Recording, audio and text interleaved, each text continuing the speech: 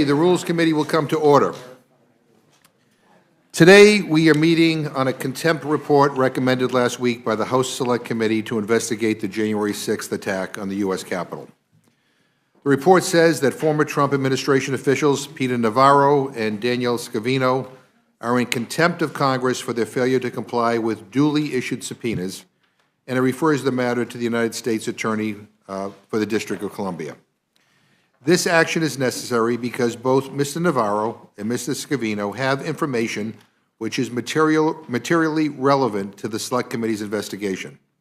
Yet both have failed to produce documents and appear for depositions despite repeated attempts by the Select Committee to compel them to do so. And before some of my Republican colleagues start talking about executive privilege, let me remind them that the Biden administration has not invoked executive privilege, and Donald Trump himself has not engaged with the Select Committee to invoke executive privilege here. In fact, when he did try to block the release of other documents to the Select Committee, a federal court concluded that his claims of executive privilege would have failed even if he were still president. And then the Supreme Court refused to hear his appeal, citing that decision. In fact, just last week, another federal judge ruled that one of Donald Trump's lawyers, John Eastman, had to turn over documents to the Select Committee and concluded that the former president, more likely than not, committed crimes in attempting to obstruct the counting of electoral votes. And former Trump administration official Steve Bannon has been indicted and is now facing trial for his failure to comply with the committee's subpoenas. Yet, rather than follow the law, Mr. Navarro and Mr. Scavino have chosen to obstruct the work of Congress and try to prevent us from getting to the truth about how the January 6th attack was planned. Notwithstanding their attempts to hide from the American people, the facts uncovered by the Select Committee are alarming. The committee has revealed that the chaos and violence of January 6th was not spontaneous. It was not a normal tourist visit or a rally that got out of hand. It was a sophisticated, coordinated attack, planned and executed at the highest levels of government and designed to nullify the outcome of a free and fair election. There were PowerPoints created about how to stop the certification of the votes. Memos circulated deep within the West Wing about declaring a national emergency and using the military to seize ballots. Campaigns to pressure people like former Vice President Mike Pence to just throw away electoral votes from the states President Biden won. And this was not some fly-by-night operation. It was a months-long scheme to lie to the American people, culminating in a violent attack to prevent Congress from certifying the will of the voters.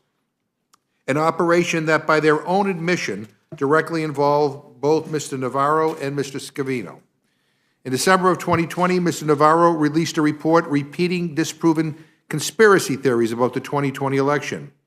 The Select Committee has uncovered that his report was circulated within the West Wing by officials who were pushing the lie that President Trump had won, even though he had lost. Navarro's report was even included in the tweet where President Trump announced his January 6th Stop the Steal rally. And Mr. Navarro reportedly worked with members of the Trump campaign's legal team to directly encourage state legislators to overturn the results of the 2020 election. Just 4 days before the attack on the Capitol, Mr. Navarro joined a call with Donald Trump, encouraging the lawmakers to overturn the will of the voters and appoint President Trump, even though he lost the Electoral College in 2020 by the same margin he won in 2016. Of course, losing the popular vote both times by a fairly large margin. For his part, Mr. Scavino spoke with former President Trump multiple times by phone during the attack, and he was present with him during the period when Americans inside the Capitol building and across the nation were urgently calling on him for help to halt the violence while he watched it all on TV. Refusing to take action as members of Congress, Fox News hosts, even members of his own family begged him to intervene. It's a 7.5-hour long period that we learned last week is mysteriously missing from White House call logs. 7.5 hours. I mean, only 18 and a half minutes of Nixon's call logs were missing during the Watergate. And here we have 7.5 hours unaccounted for. Mr. Scavino's recollection of those hours is extremely important in determining whether President Trump sought, through his own action or inaction, to corruptly obstruct or impede our work in Congress as we met to count electoral votes. The Select Committee also has reason to believe that Mr. Scavino had advance warning of the possibility of violence on January 6th because Mr. Scavino had a history of monitoring websites where users openly discuss acts of violence in the days leading up to the attack. Mr. Scavino and Mr. Navarro have both bragged publicly about their efforts to overturn the election, yet neither had the courage to appear before the Select Committee. Well, I believe there must be accountability for what happened, or it will happen again. Nobody is above the law. Contempt of Congress is a serious federal crime punishable by up to a year in prison and fines up to $100,000. This is not a step that we take lightly, but it is sadly a step that Mr. Navarro and Mr. Scavino have forced us to take in pursuit of the truth about the dastardly attack on American democracy that took place on January 6, 2021. And with that, let me turn to our ranking member for any comments he wishes to make. Thank you very much, Mr. Chairman. Our hearing today covers another resolution from the majority's partisan investigation into the events of January 6th, holding two more individuals in contempt of Congress. Unfortunately, the majority Select Committee investigation has been tainted from the beginning by political considerations. Speaker Pelosi ensured that was the case the moment she chose unilaterally to refuse to seat Leader McCarthy's choices of Republican members to sit on the Select Committee. Today, we're once again seeing the results of that inherently political investigation.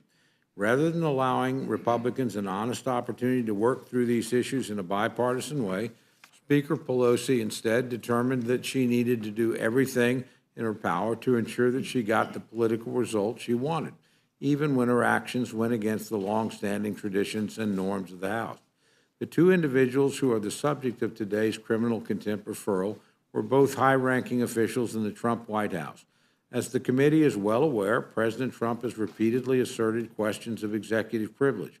My understanding is that both of these individuals have complied with President Trump's request and have themselves asserted executive privilege in response to the Select Committee's wide-ranging subpoenas, as they should have. Indeed, both of these individuals have a legal duty to do so.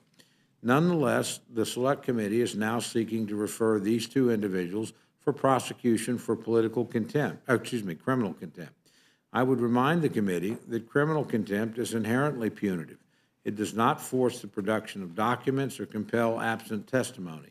Rather, it merely seeks to publicly punish and shame an individual for noncompliance. The two individuals at issue have presented legitimate concerns about the scope of subpoenas issued to them and have raised legitimate concerns surrounding executive privilege. These concerns are for the courts to decide, not the House. The more the Select Committee seeks to abuse its subpoena authority, the more the House authority will be weakened in the long run. We would be better served to protect the House's subpoena power by doling them out judiciously in a fair and constitutional way. And we would be much better served not to make punitive criminal contempt referrals for individuals who are adhering to the former president's wishes concerning executive privilege, at least until the courts have made a final decision with respect to the scope of executive privilege. Unfortunately, I fear the majority will continue to erode the legal standing and credibility of the institution with the partisan manner in which they use the subpoena authority of the House. With that, Mr. Chair, I yield back. Ranking Member Cole yields back. I thank you for his opening. I'd like to welcome our witnesses to provide testimony on a resolution recommending that the House of Representatives find Peter K. Navarro and Daniel Scavino, Jr. in contempt of Congress for refusal to comply with subpoenas duly issued by the Select Committee to investigate the January 6th attack on the United States Capitol. Chairman Thompson and Vice Chair Cheney, we are delighted that you are here. I now recognize the gentleman from Mississippi, Chairman Thompson. Thank you, Mr. Chairman and Ranking Member Cole. It's regrettable whenever the Select Committee needs to take the time of the Rules Committee. It's regrettable because it's a result of someone blatantly ignoring the rule of law and undermining the investigative and oversight authority of this body. Today, we are talking about Dan Scavino, Peter Navarro, two former White House officials. In this case, it's also regrettable because the situation is so clear-cut that the House should adopt a contempt resolution by unanimous consent. This distinguished committee shouldn't have to spend an afternoon debating it. The actions of these men are so blatant and brazen that no member of this body should doubt that they are in contempt of Congress. Dan Scavino and Peter Navarro were two of the ex-president's senior advisors on January 6th, and in the run-up to that date, Mr. Scavino was Mr. Trump's top communications aide. Taxpayers paid him to hold the keys to the infamous Twitter account. Mr. Navarro was a trade advisor, but whose activities severed far outside that lane. Both of these men have refused to comply with the Select Committee's subpoena in any way, based on assertions of executive privilege. First of all, the Select Committee wanted to ask both of them questions dealing with matters that clearly fall outside any possible claim of executive privilege. To put it plainly, they were both involved in efforts to challenge or overturn the election. Last I checked, a president's attempt to stay in power after the people voted him out of office aren't the sort of things where executive privilege applies. Secondly, and here's where it gets a little more complicated, neither of these witnesses has properly asserted a claim of privilege. That's lawyer talk, so let me put it more plainly. If you're a witness in some sort of legal proceedings, it may be a criminal investigation, it may be a civil lawsuit, it may be a congressional probe. You may get a subpoena, an order telling you to show up at such a place and such a time to answer questions. You have to show up. That's the law.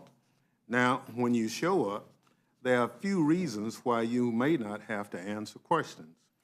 Witnesses have the prerogative to raise constitutional rights in response to congressional inquiries. For example, we all know the phrase, pleading the fifth. That means someone refuses to answer a question because the answer may subject them to criminal prosecution. The Constitution protects us from answering questions like that. And then there's executive privilege, which makes sure a president's sensitive conversations about official government business stay confidential unless outweighed by congressional investigative needs. These are important privileges. Witnesses have the right to assert them, and the Select Committee respects that. We follow the rules of the House. The rules lay out procedures for considering lawful assertions of these privileges. But here's the thing. If you want the protection of any of these privileges, you have to show up and explain why. We have had plenty of witnesses who fall into that category. We've had witnesses who've shown up and to every question claim their constitutional Fifth Amendment rights, asserting that their answers might subject them to criminal prosecution. The Select Committee respects those claims. At this point, none of the witnesses who have done that are facing any criminal contempt citation by the House. I think we'll hear a lot of attempts to muddy the waters about privilege claims, especially when it comes to Mr. Scavino. That's his lawyer tried to negotiate with the committee, that he wanted to find a way to come in, but he had such grave concerns and reverence for the institution of the presidency.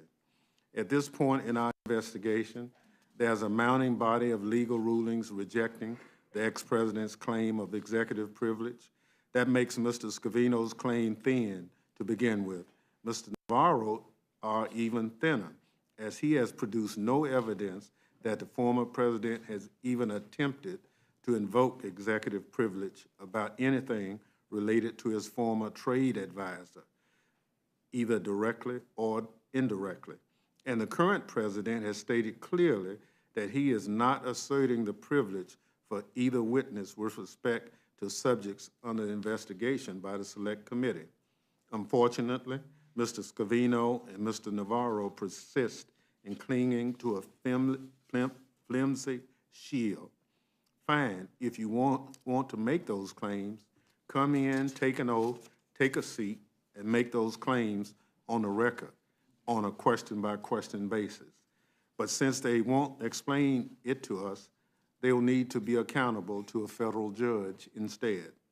Mr. Scavino and Mr. Navarro have a legal obligation to comply with the congressional subpoenas issued by the Select Committee. Instead, they're acting like they believe they are above the law. If we fail to cite them for contempt, we weaken this institution, not just today, but a month from now, a year from now, and going forward. All members should keep that in mind as you consider this resolution. I ask respectfully that you bring this measure to the floor swiftly for the House's consideration. I thank you and yield back. Thank you very much, Vice Chair Cheney. Thank you very much, Chairman McGovern. Thank you, Chairman Thompson, Ranking Member Cole. Thank you very much. As you all know, we are entering a critical stage of this investigation. We have learned that President Trump and his team were warned in advance and repeatedly that the efforts they undertook to overturn the 2020 election would violate the law and our Constitution. They were warned that January 6th could and likely would turn violent. And they were told repeatedly by our state and federal courts, by our Justice Department, and by the agencies of our intelligence community that the allegations of widespread fraud sufficient to overturn the election were false and unsupported by the evidence. And yet, despite all of these specific warnings, President Trump and his team moved willfully to attempt to halt the peaceful transfer of power, to halt the constitutional process for counting votes. Today, Mr. Chairman, we address two specific witnesses who have refused to appear for testimony. Mr. Scavino worked directly with President Trump to spread President Trump's false message that the election was stolen and to recruit Americans to come to Washington with the false premise that January 6th would be an opportunity to, quote, take back their country. This effort to deceive was widely effective and widely destructive. The committee has many questions for Mr. Scavino about his political social media work for President Trump, including his interactions with an online forum called The Donald and with QAnon, a bizarre and dangerous cult. President Trump, working with Mr. Scavino, successfully spread distrust for our courts, which had repeatedly found no basis to overturn the election. And Trump's stolen election campaign succeeded in provoking the violence on January 6th. On this point, there is no doubt. The committee has videos, interviews, and sworn statements from violent rioters demonstrating these facts.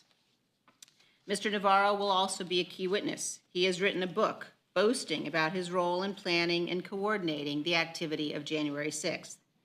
And yet, as the chairman noted, he does not have the courage to testify here.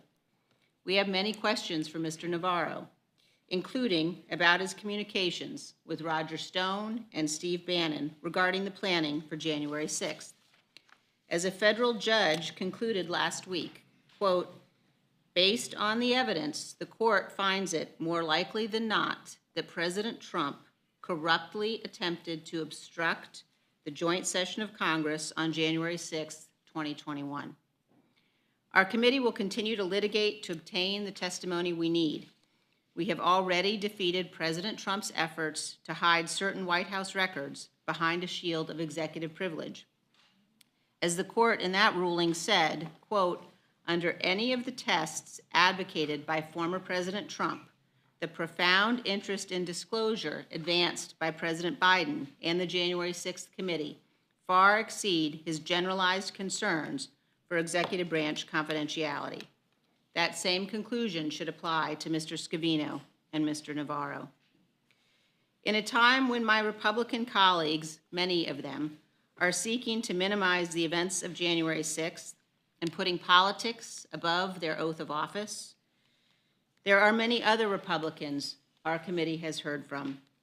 Many Republicans in state houses, state agencies, at the Department of Justice, and staff in President Trump's own White House, who continue to demonstrate a firm and unwavering commitment to their constitutional obligations. These men and women are models for the American people. They are the kind of public servants our nation needs. Men and women who know our institutions don't defend themselves and who recognize the obligation that comes from holding positions of public trust. We live in the greatest constitutional republic in history. No citizen in our republic can be a bystander. If we do not stand for our freedom and for our Constitution, we will lose them. In his ruling last week, Judge Carter put it this way: if President Trump's plan had worked, it would have permanently ended the peaceful transition of power, undermining American democracy and the Constitution. If our country does not commit to investigating and pursuing accountability for those responsible, the court fears January 6th will repeat itself, close quote. I urge my colleagues to support this resolution, to move this contempt proceeding to the floor, and I yield back. Well, thank you I want to thank you both very much for your testimony. Let me just say that Chairman Thompson raised the issue at the beginning of his testimony that that what you're calling for here today should be something that we ought to be able to bring to the floor and get unanimous consent on, and yet we can't. And you know, I'm puzzled by the fact that there doesn't seem to be universal outrage over not only what happened, but what we continue to learn, in large part thanks to the efforts of your committee. And I look around this Rules Committee hearing room here today. There are staff members who I know were here that day.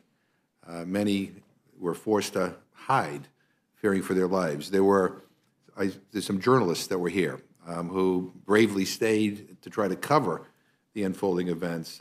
Also, I'm sure wondering whether or not they would be the focus of attack. You know, I mean, I was as one of the last people off the House floor that day. And when I walked into the Speaker's lobby, I came within a matter of a few feet of the door. I could see through the glass this mob banging their fists, trying to break the glass to get at us. I will never forget that day, and not to mention the fact that 140 Capitol Police officers were injured that day, people died that day, and yet it seems that there are some who don't see the urgency in establishing all the facts and holding those who may have been responsible for this terrible day accountable.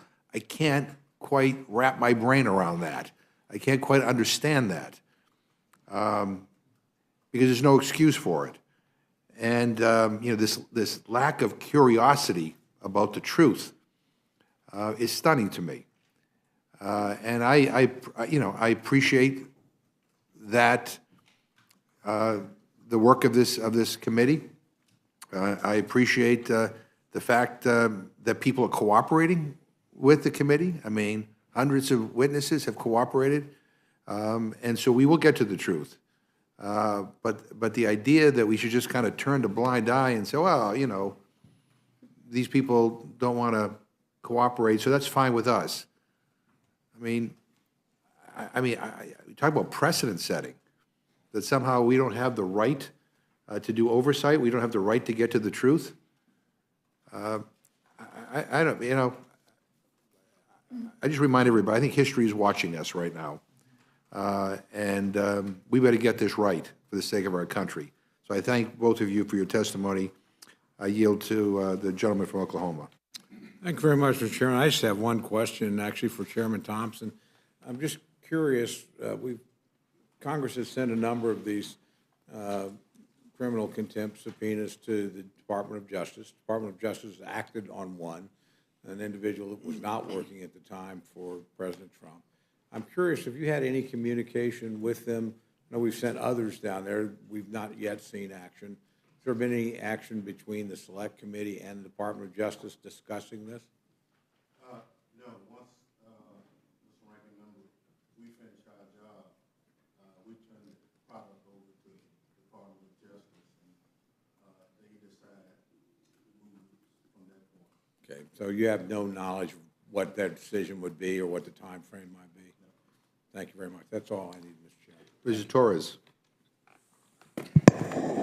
Thank you, Mr. Chairman, and thank you so much to our witnesses for being here and for continuing to show heroism and commitment to our Constitution and to this wonderful building that we call our workspace.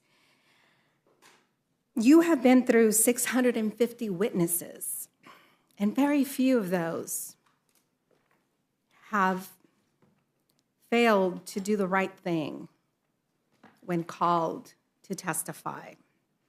That is a good thing.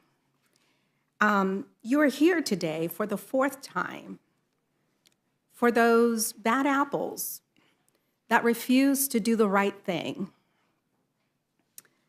and come before the committee and testify, or plead the fifth if they feel compelled because they were too close, too culpable. Most Americans were horrified by the events of January 6th and the blatant and criminal attempt to overturn the results of a free and fair election. I wonder how my colleagues on the other side of the aisle would feel if instead of red hats and red shirts, there would have been blue shirts and blue hats after President Trump was elected. Let me tell you, there were thousands of pink hats that descended on DC. And I was one of those people out there. Outraged that the man that we had just elected had no issue with grabbing women by the P word and had sexually assaulted so many women before that. But we demonstrated peacefully as Americans under one flag. We stood together and we complained about how bad the election was and about the long lines and about the many polling places that were shut down, completely shut down, in an attempt to prevent people that look like me and like you, Chairman Thompson, from voting. And they succeeded. But we did not come to this Capitol and assaulted you or our law enforcement officers. Instead, I put on my best dress and a smile, and I went to the inauguration because it was the right thing to do, because it was more important for us to stand as Americans and witness a peaceful transfer of power, like it or not. I want my vote to matter every time I go to the polling place, whether I'm on the ballot or not. But I want your vote to matter too, no matter how you look, whether you're a naturalized citizen like me, or you are citizen by birth, like many of you in here. You deserve to have your vote counted. You deserve to be able to cast your ballot. But here we are, once again. Some pretending that they are patriots. It is so offensive to me that you would pretend to be patriots and refuse to defend our Constitution because you're a sore loser. Because Americans were fed up with the guy that you put forward as your best choice for president. Americans were fed up with the hatred against every person of color. Americans were fed up with the nonsense. And Americans voted. And no matter how many polling places you closed, no matter how many hours they waited, they voted by the thousands. How can you call yourself a patriot because you support one man? But how do you ignore the fact that you are an American and that as an American, your job is to defend our Constitution? It is like the best example that I can give, it is like voting against my colleague's marijuana bill, but yet boasting about attending an orgy and witnessing colleagues using cocaine and failing to report that to ethics, even though you know that it is illegal and that it could be a violation of not only ethics, but the fact that that person using those drugs can compromise information that is made available to those members. How do you call yourself a patriot when you vote for that and support the other? I am an American by choice, and I am very proud to be here today among so many heroes in the press, across the table from me.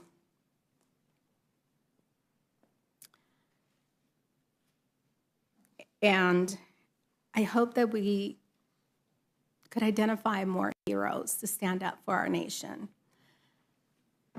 because we're in a very, very fragile state right now. With Russia and Ukraine, with so many dictators around the world, it's time to choose our country, our flag, and our Constitution. I support this measure. Thank you for bringing it before us. I support the work of the committee. And again, if there's anything that I can do to help you, please reach out to us. And I yield back. Thank you. Dr. Burgess. Thank you, Mr. Chairman. Mr. Thompson, I just had a question really similar to Ranking Member Cole's question. We've been here before. You have issued these contempt citations, and the result of that is we're waiting on the Department of Justice. Is that correct? As I said, all we are required to do by the resolution is to develop the evidence, and if the committee, in its wisdom, chooses to bring contempt, we do it. After that, it is the Department of Justice's responsibility after that. Okay. And they acknowledge receipt of your request? Yes. Thank you. Mr. Perlmutter. Thanks. Just a couple questions. In pursuing Mr. Scavino, Mr. Navarro, I mean, how many attempts did you make to get them to come in, testify, turn over documents? I mean, any estimate on that? Well, I can give you the specific. Each one received a letter before we issued the subpoena. Subpoena was issued. In one instance, we negotiated with Mr. Scavino's lawyer for quite a while. And at some point, it became obvious he wasn't coming in, Mr. Navarro never responded at all. Never. Never. Just ignored you completely. Absolutely. And I think we've had a couple other instances, you mentioned that, but, I mean, you said in dozens and dozens of other cases, people have responded, have either come in and asserted their rights or come in and answered and turned over documents. Is that true? That's correct. We've interviewed over 700, well, we've had depositions of over 700 witnesses. And for the most part, everyone's cooperated with us. Some we're still in the process of working with, but nothing as flagrant as these two gentlemen here. So you've had over 700 with it. I think we've issued a couple other contempts out of this committee and then off the floor. And now these two out of 700 requests, and they don't give you any reason why. You said they haven't asserted a privilege, they haven't even come in to assert their privilege. That's correct. One did nothing, the other alluded to it, but that privilege assertion obviously comes with some authority by the current president. And President Biden has indicated he would not assert any of those executive privileges. Well, I think this comes down to what the chairman was talking about, which is uncovering the truth. Now, in my opinion, we have a massive betrayal of the country here and the way we function and the way we operate and the ability of each and every American to have a say in how their government is built and developed. And I'm going to support this this request for these subpoenas. I just appreciate the two of you and your committee's pursuit of protecting the Constitution and the rule of law. And with that, I'll yield back. I think Vice Chair Cheney wanted to add something. Please. No, that's all right. I think it is important to make sure the record accurately reflects the number of individuals who've actually been held in contempt. So Steve Bannon was held in contempt, and the Department of Justice indicted him, and his trial is coming up, I believe, in July, and he's the first Department of Justice indictment for criminal contempt in over 40 years. Mr. Meadows was held in contempt. The Justice Department is still working on Mr. Meadows, and as the chairman said, that's up to the Justice Department. We obviously have our very clear views about that. Mr. Clark, who we came before this committee to discuss the possibility of Mr. Clark being in contempt, once we did that, Mr. Clark then asked to come in, and he came in and asserted the fifth. And so he has not been referred. We did not go to the full House with that.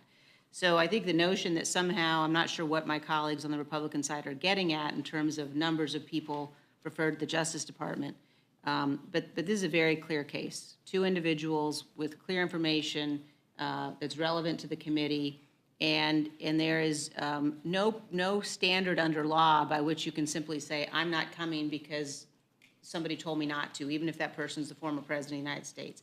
If they believe that answers to those questions will be covered by executive privilege, then they need to come in and say that. You can't just refuse to respond to a congressional subpoena. So this is really a very clear case, and nobody should be playing politics with it. Right, and I would just thank you for adding that. I mean, the notion that we would just turn a blind eye, as the chairman said, to try to just forget about it, sweep this under the rug, is just so appalling and so disturbing. I just thank you again for pursuing this. I yield back. Thank you. Mr. Reschenthaler. Thanks, Mr. Chairman. I appreciate it. I'd like to associate myself with the remarks of the ranking member. Additionally, I'd ask for unanimous consent to enter into the record a letter from Mr. Scavino's attorneys dated 25 March 2022. Without objection. Thanks, Mr. Chairman. For brevity's sake, I'd like to explore this letter, but I'll do it on the next panel and yield back. Okay. Gentleman yields back. Mr. Raskin. Thank you, Mr. Chairman.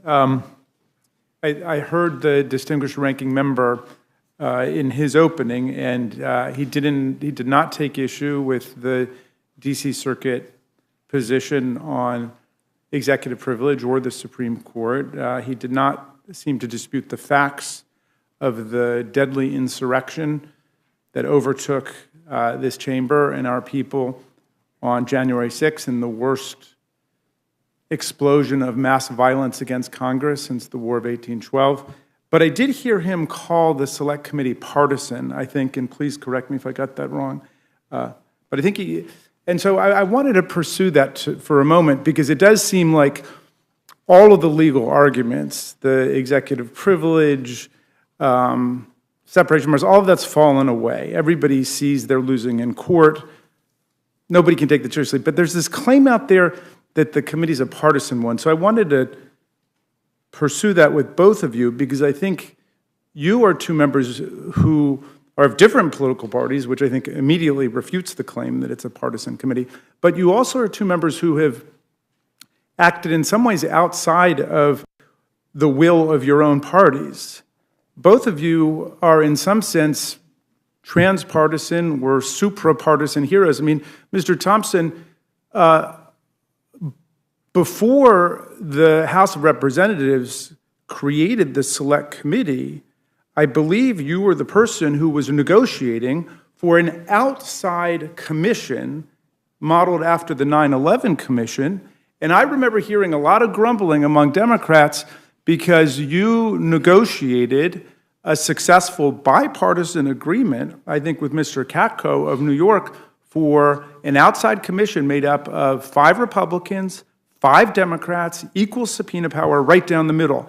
And if I understand it correctly, you basically agreed to what the Republicans were asking for. Is that right? That's correct, as well as no member of Congress could serve on that nonpartisan commission. So not only was it going to be nonpartisan and independent, that commission was going to be non-congressional, right? It was going to be former secretaries of state, former secretaries of defense, distinguished people across the board, like the 9/11 Commission. And I believe that that was originally initiated by Mr. McCarthy, wasn't it? The minority leader did he not send his emissary, Mr. Katko, to negotiate that with you? That's correct, and you're correct. Some of my more progressive Democratic colleagues took issue with the negotiation. They said, the Democrats are in the majority, we should have a majority on that commission, and you said no. You said it's far more important to pursue the truth in an objective way, and we'll have a balanced commission. This is my recollection. That's correct. Plus, it was clear that when the insurrection of January 6th occurred, they wanted to hurt anybody they got their hands on. So you were a Democrat, Republican, or whatever. And I felt a calling beyond the partisanship so that we could... Well, some of those insurrectionists were hunting for Nancy Pelosi, and we have footage within our committee of people saying exactly what they were going to do to Nancy Pelosi, but there were clearly people who wanted to end her life. There were others, we saw them chanting, "Hang Mike Pence, hang Mike Pence." The words are still ringing in my ears from that day. So that was a bipartisan hit squad, wasn't it, that came in with the insurrection? No question. They were looking for Democrats and Republicans. They wanted to overthrow American constitutional democracy. So you came up with Mr. Katko with this commission, and please tell me what happened, because what I read in the newspaper was that Donald Trump said no. He didn't want any investigation at all of the assault on American democracy. Is that right? I mean, that's the understanding I've got. If something else happened, please correct my misunderstanding. You're correct. We accepted two issues from Mr. McCarthy. One is the equal number of members. The second is that there had to be no members of Congress on it. So we accepted... And equal subpoena power, right? Equal subpoena power. And so after we accepted it, formalized it, the former president decided he was against that. And so Mr. McCarthy came out. He changed course, didn't He he? came out against his It was a own U-turn. his He did an own about-face, recommendation. and he opposed the very commission that he had initiated and advocated for. Is that right? That's correct. Okay, so then we're forced in the House of Representatives to say, all right, well, we're not going to let this go, as Mr. Perlmutter says. We're not going to bury this in the sofa. We're not going to sweep it under the rug. We're going to have our own select committee. And that's what this is. And I see a Democratic chair and a Republican vice chair. Ms. Cheney, are there any other committees or subcommittees in Congress you're aware of that actually have one Democrat and one Republican working together the way that you and Mr. Thompson are? I'm not aware of any. I also would like to say I'm extremely proud of the nonpartisan way, as you know, Mr. Raskin, our committee is operating, the nonpartisan way our staff on this committee operates. And, you know, I spent a lot of my life, because I grew up, you know, with a father who was involved in politics. Which side was he on? Bush v. Gore. We can talk about it later. You know, when I grew up and I watched public servants and I watched how public servants in this country operated, and when people would say to me, you know what, politicians, you just can't count on them, you just can't trust them, I would defend them, and I would say, no, the vast majority of people that I know, and I know many personally, do the right thing. And they're here for the right reason in this body, and they care about the country. And when they are called to act in a way that is inconsistent with their political desires, political wishes, they will. And I spent most of my life saying that. And one of the most disappointing things about this period of the last 14 months has been the extent to which, when the chips were down, my colleagues did not meet the test. When the chips were down and when you were called to do what you know is right, instead you played politics. And you continue to do it in here today. Continue to do so. Mr. Scavino and Mr. Navarro are obviously and clearly in contempt. There shouldn't be anything political about the fact that they're in contempt. And as the chairman said, we should be able to move this on unanimous consent. But our country demands better. Our country demands elected officials who are serious, elected officials who know the difference between politics and your oath of office. Our country demands that, and the future of our republic demands that. So I think it is absolutely clear what the right thing is to do with respect to this, and with respect also more broadly to investigating the attack of January 6th, proposing legislation that will help ensure that it never happens again. Well, I appreciate that, and I've got to say, as a person who's fortunate enough to serve under both of you on this committee, it is the most bipartisan committee I've ever been on. It's the one committee, Mr. Cole, that I serve on that doesn't begin with, well, this one may be a partial exception, but most of the committees I serve on start with an hour of partisan polemics and diatribe where people are just slashing at each other and attacking each other, and that's really not how the January 6th Select Committee works. We're rolling up our sleeves and getting down to work. We're trying to determine the events of January 6th, the causes behind them, and then what we need to do to fortify American democratic institutions moving forward against future coups, insurrections, and violence that would overtake our institutions. So not only is this a bipartisan institution, it is a model bipartisan committee, and I hope it's one that some other committees can learn from in terms of people working together in a truly bipartisan way. I just have a couple more questions, and one for you, Ms. Cheney. You mentioned that something very important, which is the vast majority of people we've wanted to talk to have wanted to talk to us. I believe we're now over 800 witnesses who've come forward. And I dare say the majority of them are Republicans, people coming forward to talk because they were involved in a lot of the activities. A lot of people describe it as a patriotic duty to come forward to tell the Congress of the United States about this assault on our democracy. But Ms. Cheney, you also talked about heroes out there, kind of unsung heroes in the land, who stood up for the Constitution and the rule of law.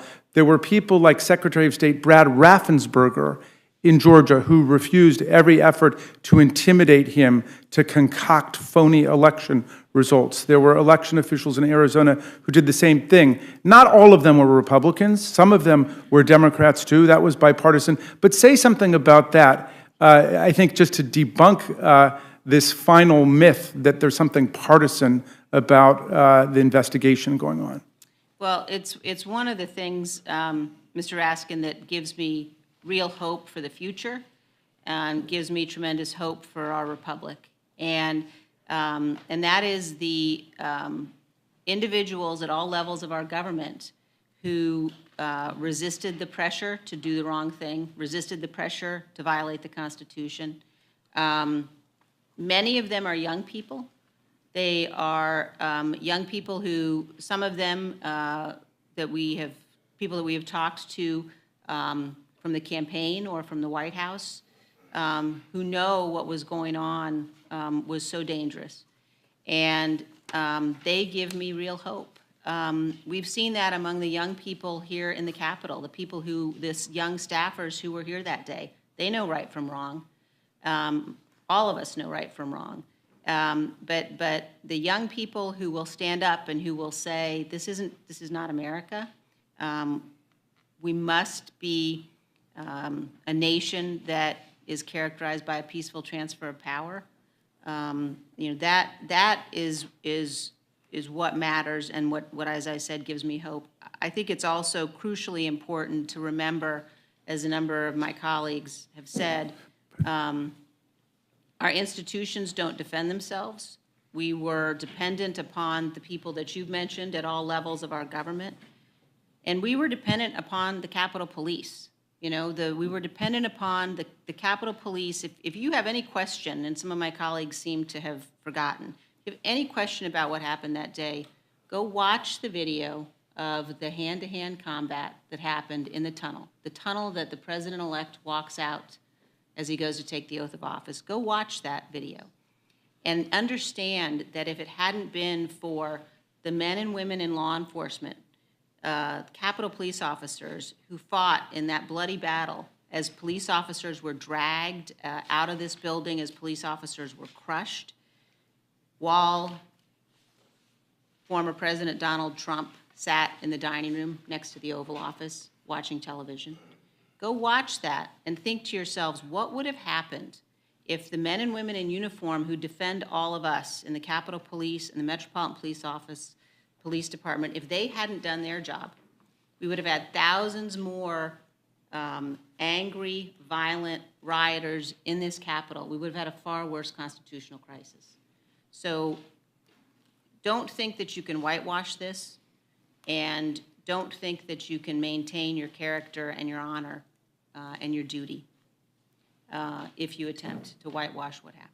Well, let me ask you one final question, and then, Mr. Chairman, I have a final one for you. But I had a conversation on the floor with a GOP colleague the other day who said to me, well, it's easy for someone like Liz Cheney, whose father was the vice president, who has a big name, to take on the powers that be. It's easy for Mitt Romney to do it, but it's not so easy for people who are going to face the wrath of Donald Trump. He could spend a lot of money against them, he could have somebody run against them, and so on. What do you say? You've taken a very outspoken and some would say brave stand here, but at least I've heard from one Republican colleague, you're in a unique position. Are you in a unique position? Is it impossible for other Republicans to take a stand against what Donald Trump has been lying about and what he's been doing to the country?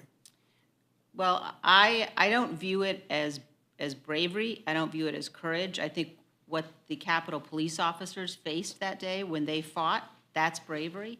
I view this as duty.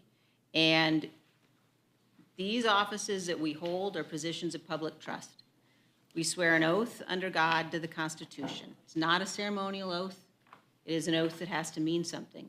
And so you don't have a choice. When something has happened that is such a flagrant violation of the Constitution, and it's not just what happened on that day. It is an effort by the former president to overturn an election, to use multiple tools and sources of pressure to try to stay in office, to try to delay our counting of electoral votes.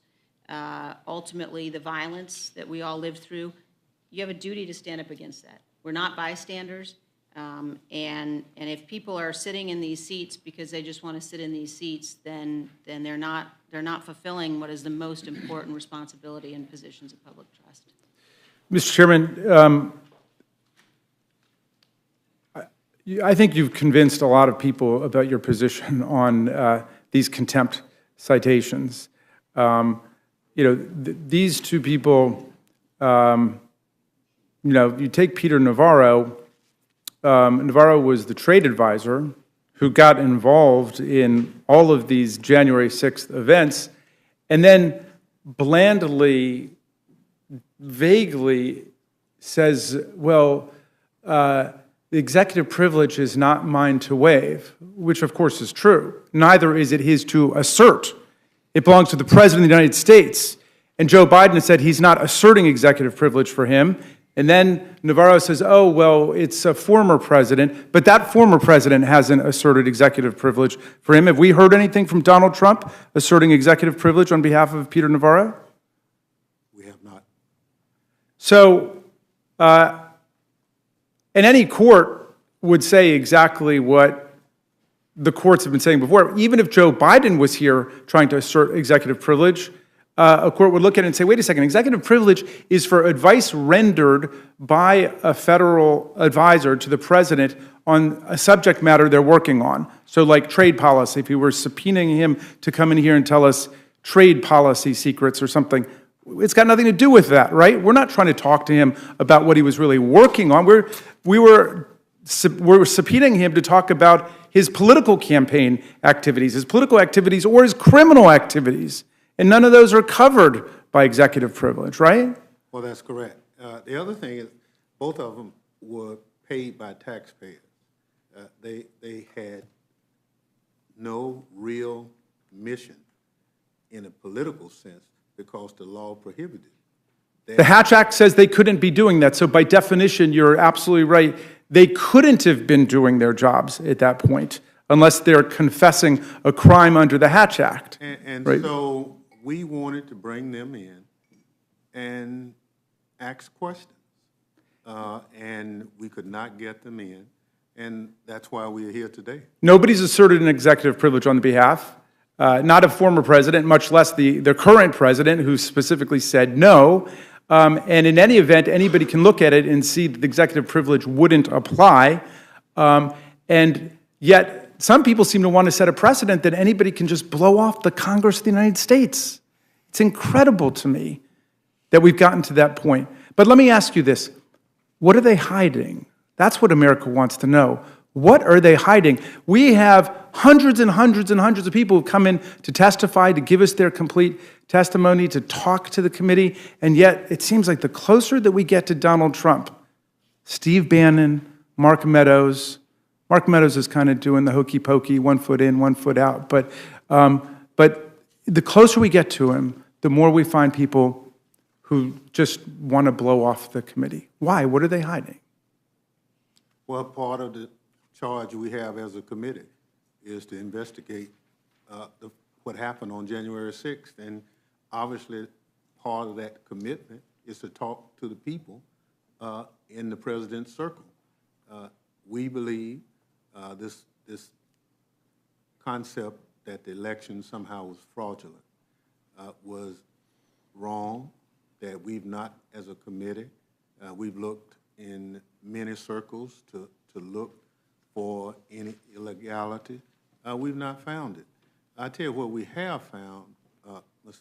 Raskin, a lot of patriotic Americans who would conduct elections year in and year out, who are absolutely upset that the former president would say that they cheated. And many of these officials were Republican officials.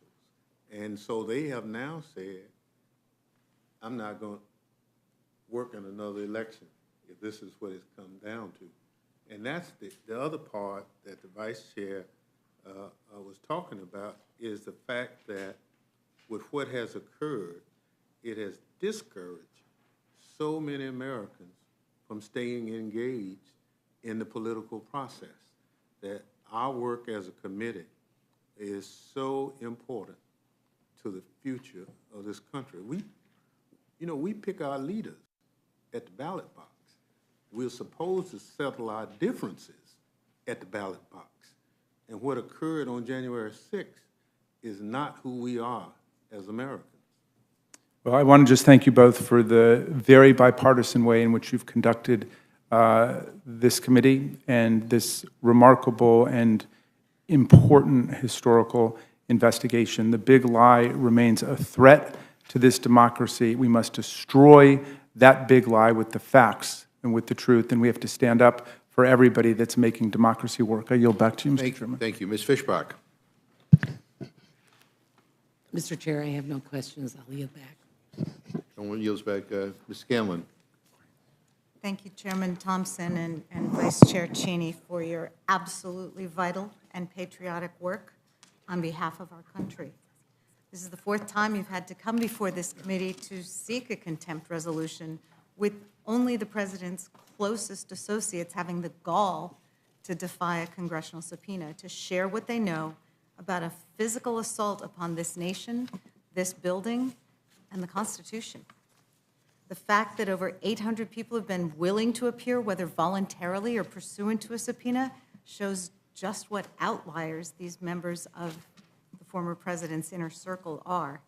In order to move past the attack of January 6th, we need to hear the truth and we need accountability. We've been saying that since the wee hours of January 7th, when the insurrection was halted and the lawful election of President Biden and Vice President Harris was certified. I was struck by something the Vice Chair Cheney said, that the White House, the former president, and his staff were warned. They were warned that there'd been no fraud in the election. They were warned there was no legal basis for the challenge. They were warned that the January 6 rallies were likely to lead to violence. I would also add that they were warned by congressional and legal authorities that the administration was legally obligated to preserve documents regarding the events that occurred throughout the transition period.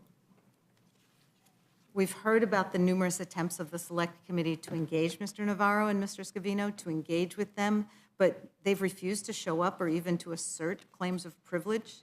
As Chairman Thompson said in his statement, come in, take an oath, take a seat. I would add, take the fifth if you must, as it seems increasingly likely they may have to. But we don't have time. This country doesn't have time for this contemptuous and contemptible behavior. Navarro and Scavino both had intimate knowledge of and involvement in the events leading up to and on the day of January 6th. It's well within the Select Committee's right to subpoena them for information. I'm so very proud of the difficult work the Select Committee is doing. I know you're making a lot of progress with your investigation, and I and the rest of the country look forward to your findings. I strongly support the contempt resolution included in today's rule. I urge its expeditious passage and its expeditious prosecution by the Department of Justice. Time's wasting. I yield back. Thank you. Mr. Morelli. Thank you, Mr. Chairman. Frankly, I'm always struck by a sense of sadness when the two of you show up here. Not that it has anything to do with either of you, but it really is sad. There's nothing to celebrate in any of this. I'm not going to say anything that hasn't already been said. But for me, you know, we sometimes get into really sort of nuanced and important arguments here. But for me, this is pretty simple today, what we're doing, right? You have an election. Joe Biden won that election. It was a close election, but it's an election he won. I don't, people may dispute it, but despite repeated efforts to demonstrate any kind of fraud involved, no evidence for that. Dozens of lawsuits, all unsuccessful, that led us to January 6th and certification. We're gathered here to do our constitutional responsibility. The Capitol is attacked by hundreds of people, results of the death of five individuals, subsequent suicides. The toll continues to to rise. And so as a consequence of that, we establish your committee. And members are selected after going through a process that I think Mr. Perlmutter described well of looking at alternatives, but we end up with what we end up, which is a committee that has subpoena power to compel testimony of individuals that you believe can in some way enlighten us all on what happened. The two individuals, the subject of the resolution before us, clearly the committee has decided their work is of interest. One individual even wrote a book on the subject, or at least a part on the subject, so clearly has something to say about what happened and could shed some light on it. And yet, despite repeated attempts to ask those individuals to give testimony, they refuse. The committee has the power of subpoena. I think it's Title II, Section 192 of the U.S. Code, makes it a federal crime to willfully defy a congressional subpoena, which has been lawfully issued to both gentlemen. I'm not sure what would compel me to oppose your recommendation. So you have the power to do it. Mr. Navarro and Mr. Scavino may withhold their testimony, but they may not do it without violating the law of the land. So I guess it's their choice to do, but it's not a choice that doesn't carry consequences, and violating the law should result in the referral to the Department of Justice. And it seems to me, if we don't proceed with this, the law is meaningless. If we don't proceed here, I'm not sure how we would say that the Congress has any power in future investigations, in future endeavors when we issue subpoenas. So it's not only what we do here, as important as this is, and I can't frankly think of anything more important than what you're doing and what you're asking the two individuals to come and testify for, but it also sets the precedent in the future. Can you just willfully ignore subpoenas of the Congress, willfully ignore the law? And I'm not sure then the public should ever have any confidence in what we do. If you're not going to say there's got to be accountability for willfully ignoring the Congress that has lawfully extended these subpoenas, and I'm not sure how we would defend the Constitution. What will we say to our children and our grandchildren? Will there even be a Constitution to defend? I often think back to Ben Franklin at the Constitutional Convention, was concluding the second congressional, and was asked what we had, and he said, what have you given us? And he said, a republic if you can keep it. He was talking about moments like this. Are we going to keep it? And I fear for the life of me that we're hanging by a single thread at times. And so the work you do, and I don't know that anything I've said isn't factual. I don't know that, I mean, it's pretty clear to me. As I said, I'm not particularly sophisticated. I don't understand the nuance. This is pretty much straightforward. And so we need to save that republic, and we need to make sure that we leave it to generations to come. So I'll support the rule, the resolution, and I yield back. Thank you very much. I think Mr. DeSagne has no questions. Ms. Ross.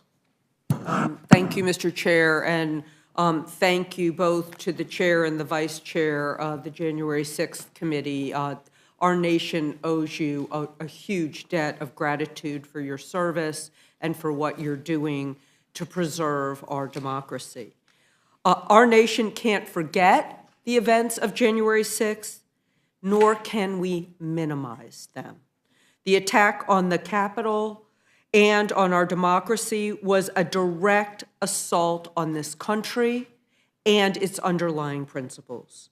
And the chaos sown by President Trump and his accomplices was an open invitation to undermine our national security and a signal to the world that our republic is in the midst of a crisis. Consequently, we have to take significant and deliberate steps to demonstrate our nation's steadfast commitment to the peaceful transfer of power. This means we must hold those responsible for this attack accountable for their actions. And the individuals who participated in, aided, or abetted the insurrection are obligated to comply with subpoenas duly issued by the Select Committee. When individuals do not comply with congressional subpoenas, we have not only the authority, but the responsibility to use the powers of this body to hold them accountable to the will of the people. And that's what we're doing today with Mr. Navarro and Mr. Scavino. It's critical that Congress pursue its investigation to the fullest extent of the law to ensure that no individual or group can get away with attempting to undermine the democratic process. We're a nation of laws, and our system of government is designed to afford all Americans the right to determine our nation's future through free and fair elections, not through force, disinformation, intimidation, or obstruction. For these reasons, I support the rule and the underlying resolution. I thank you so much for your service. Thank you, Mr. Chair. I yield back. Thank you very much, Mr. Neguse.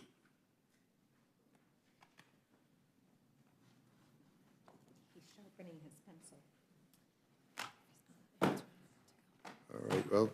No questions, Mr. Chair. I No yield back. questions? Okay, all right. Thank you very much. Let me again thank both of you for appearing before the committee. Thank you for your commitment to the truth.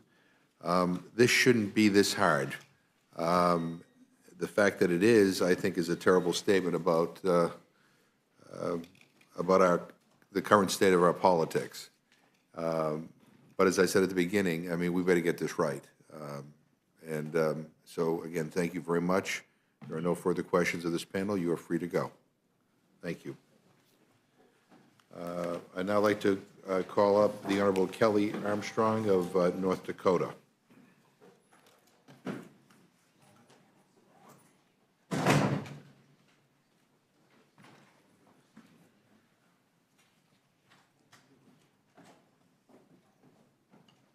You could, yeah, just make sure your microphone is on, that's all.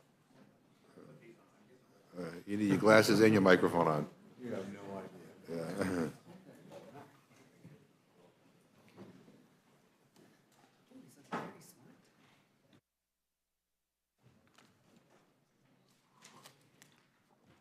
You may proceed anytime. Thank you, Mr. Chair. You know, in December of last year, I opened my testimony to this committee by stating, I am not here to weigh in on the actions of Mr. Clark or any other individual on the January 6th or the months prior. And I reiterate that statement today. But my previous testimony describes what Mr. Scavino's counsel has now referred to as the Select Committee's pattern and practice of intimidation and disregard for the rule of law. I emphasized how the Select Committee's inappropriate methods undermine the legal principle that every single person anywhere in the country has a legal right to object to a subpoena. Yet the Select Committee has publicly denied that the recipient of a subpoena has any option but to submit fully to their demands. Anything less will be met by condemnation and criminal referral. The committee continues to advance criminal contempt resolutions despite its engagement in various civil cases that implicitly acknowledges the proper branch to settle such disputes is the judiciary. Mr. Scavino's contempt referral is premature, just like the previous contempt resolutions advanced by the committee. Mr. Scavino has consistently engaged with the Select Committee in an attempt to clarify the scope and topics of an overly expansive subpoena. He has consistently asserted his positions, which include that the subpoena is too expansive in scope to allow him to properly prepare and provide competent testimony, a point which assumes increased relevancy considering the Select Committee subsequently requested additional testimony on materially different subjects. That communications conducted via personal device fall under President Trump's assertions of executive privilege, and that the D.C. Circuit Court's holding in Trump's v. Thompson only involves specific documents and not a subpoena for testimony. It is my understanding that Mr. Scavino's position on Trump v. Thompson's remains unchanged despite President Biden's decision not to assert executive privilege specific to Mr. Scavino's communications. As I stated previously and repeated previously, the question before us today is not whether you agree with Mr. Scavino's position. The question is whether you recognize Mr. Scavino's right to challenge a subpoena. Congress's role is not to decide such disputes. Our decision is whether this pending criminal referral is premature, considering that Mr. Scavino has sought to engage the Select Committee and no court has upheld the subpoena's lawfulness. To refer an individual for criminal prosecution under these circumstances is unjust. The Select Committee's actions are even more indefensible when you understand that the subpoena contains 15 matters of inquiry, which are broad and ill-defined. Yet through subsequent correspondence on November 9th, the Select Committee included 18 additional matters of inquiry for a total of 33. Not to mention that the Select Committee reserves the right to question Mr. Scavino about any and all other topics. Mr. Scavino's correspondence raises objections to these additional matters of inquiry, objections which the Select Committee has never substantively addressed. The 9th letter responding to Mr. Scavino's objections, the committee dismissively states that the items identified are unquestionably pertinent to the Select Committee's jurisdiction. Mr. Scavino correctly responds that the committee's failure to substantively respond and only offer blanket assertions of jurisdiction are the reason the parties have not come to terms to obtain the testimony. And what exactly are we arguing about? Is the matters of inquiry in the subpoena and the contempt referral? Are we also discussing the additional matters of inquiry that the committee sought outside the scope of subpoena, which Mr. Scavino has consistently objected to? The subpoena is not narrowly tailored. Your contempt referral is not narrowly tailored. However, both are narrowly tailored compared to the complete list and correspondence of inquiries sought from Mr. Scavino. The Select Committee's refusal to engage with Mr. Scavino's attempts to specify the subpoena is buttressed by the intimidation of criminal contempt referrals upon the head of any individual who does not submit. The committee demands of obedience were parroted by the House Democratic Caucus's chief whip in a little-noticed interview this past Sunday. He stated that an individual does not have a choice as to whether to comply with a subpoena from the committee. Again, the recipient of any subpoena absolutely has a choice. The individual has a choice and a right to contest the subpoena. The court decides whether the subpoena is enforceable, not the Select Committee. And continued public statements to the contrary further undermine the Select Committee and Congress as a whole. A member of the Select Committee recently said, "Attorney General Garland, do your job so we can do ours." Another member of the Select Committee, in referencing the Department of Justice's supposed duty to act on criminal referrals, without enforcement of its lawful process, Congress ceases to be a co-equal branch of government. Pass as many criminal contempt referrals as you want, because criminal prosecution is not enforcement of a subpoena. It is punishment. The Select Committee has enforcement mechanisms to enforce a subpoena. It has just chosen not to use them. It has not been willing to specify the scope of the matters of inquiry, nor has it been willing to enforce the subpoena in civil suit. Perhaps we should all stop trying to tell Attorney Garland how to do his job. It's clearly not working. The executive branch is a co-equal branch of government. The Department of Justice is supposed to exercise prosecutorial independence. At least that is what many of you decried when claiming the Trump DOJ was politicized. Yet, as we are witnessing, DOJ's independence is often disregarded when politicization of prosecutions are advantageous to House Democrats. I was in the room when you held Bill Barr in contempt for not violating the law. He redacted a small fraction of the Mueller report in compliance with longstanding DOJ practice and controlling D.C. Circuit precedent concerning the confidentiality of grand jury material, and who still held a sitting attorney general in contempt. And now you say that the Department of Justice has a duty to act on this referral and others that we have sent. They do not, just like they did not with Eric Holder and just like they did not with Lois Lerner. There are even reports that the president wants the attorney general to act less like a ponderous judge and more like a prosecutor who is willing to take decisive action over the events of January 6th. That is in stark contrast to the president's public comments about DOJ's independence when introducing A.G. Garland. Referring to A.G. Garland's loyalty, he said it's to the law, the Constitution, and the people of this nation. All of this has resulted in Attorney General Garland saying that he will not respond to outside pressure. I appreciate that, and I hope he means it.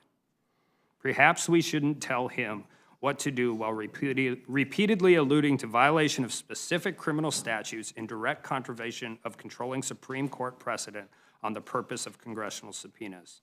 Even if the next line is usually a resuscitation of the committee's supposed legislative intent, which is a feigned attempt to comply with the exact Supreme Court precedent that has just been disregarded. The DOJ has a duty to prosecute cases it sees fit under the law, not to do the bidding of this select committee or any other for that matter. With that, I'll yield back.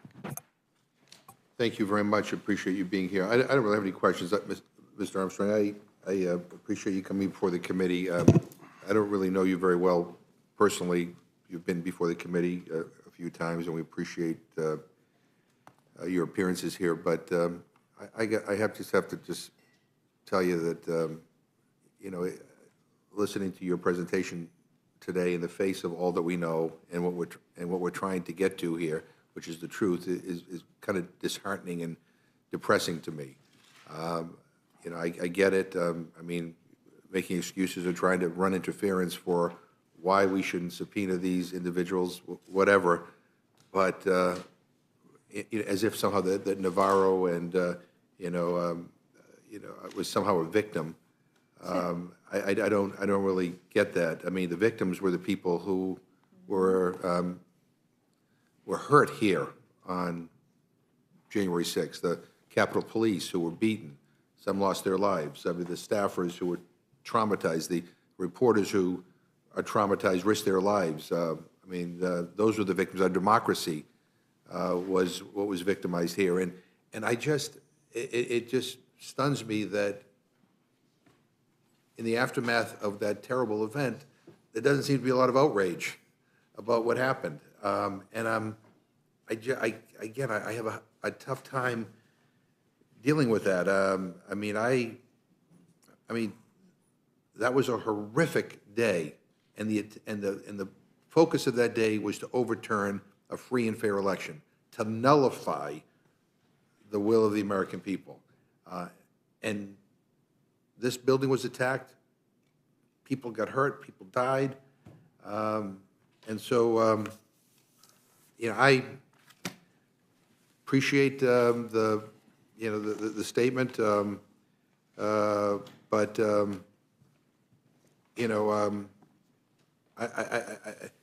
I don't think we should be about the business of defending those who may have been responsible for that terrible act on the Capitol and our democracy. And I think we all ought to, rather than trying to run interference so that we can't get to the truth, ought to be spending all that energy trying to get to the truth, making sure that, you know, that everybody who may have some information provides that information.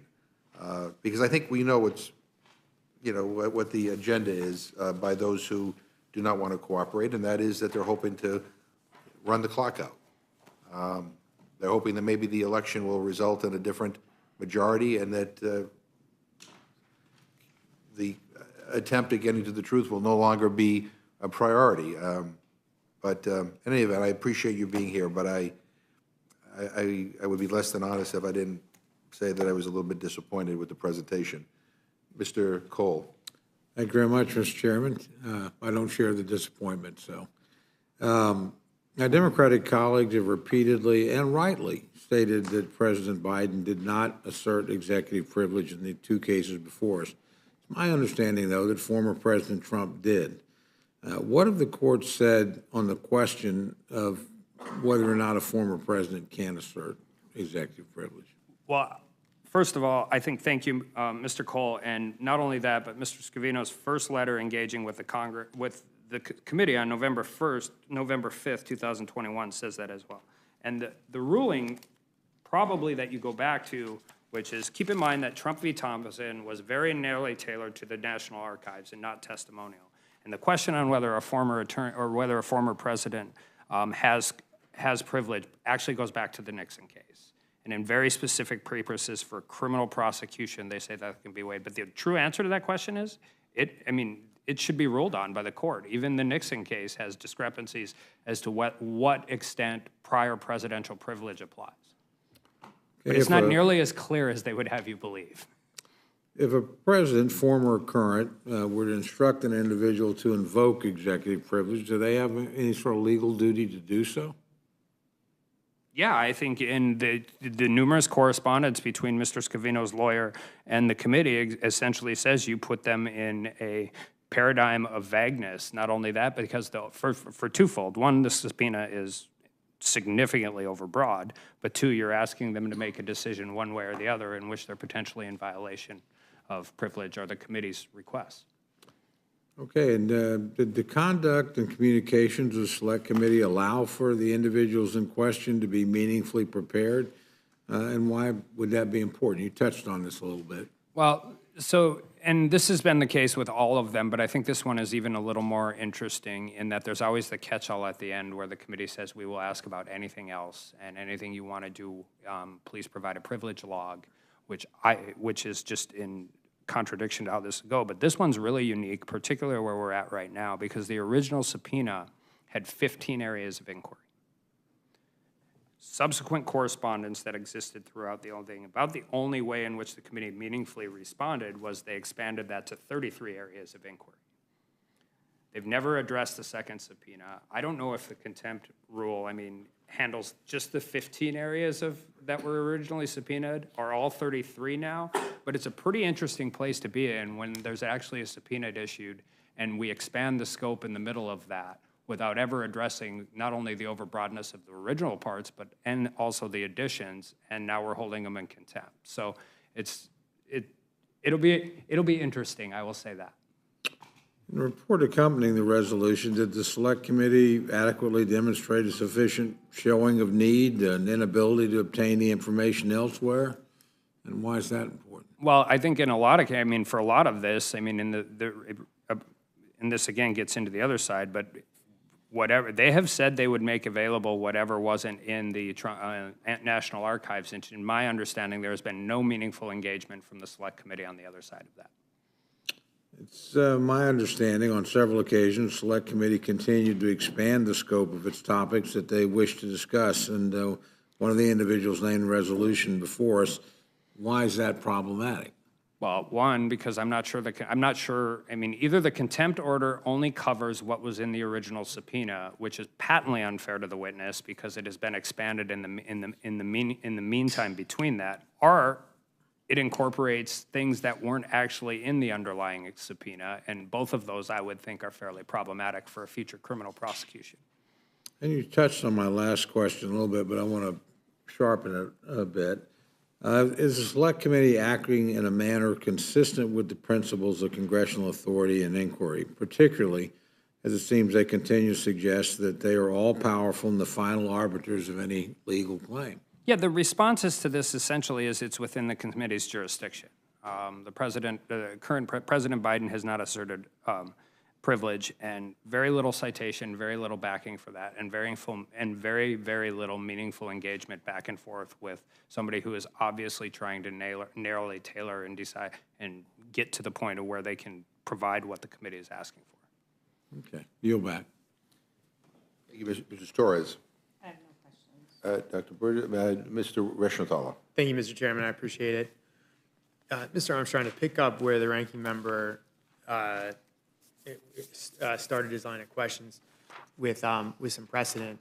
What I'm seeing here is two overarching issues. Number one is, despite what folks may claim, the law is actually unsettled on executive privilege.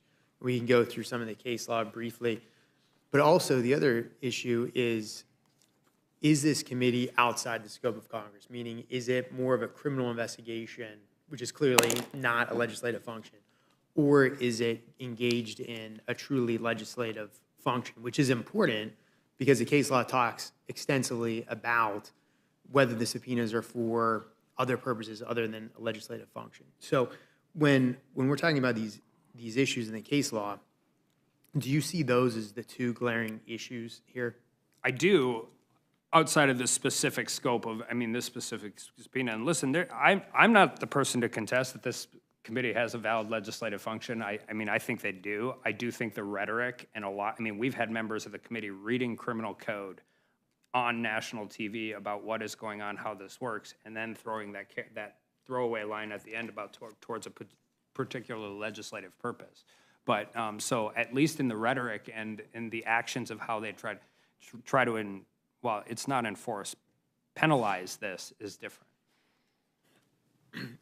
But wouldn't you agree that Congress has the authority to investigate only for legislative purposes? So yes. Anything that, specifically, yes. And then to that end, when Congress issues a subpoena, it can only be for a legislative purpose. For example, okay.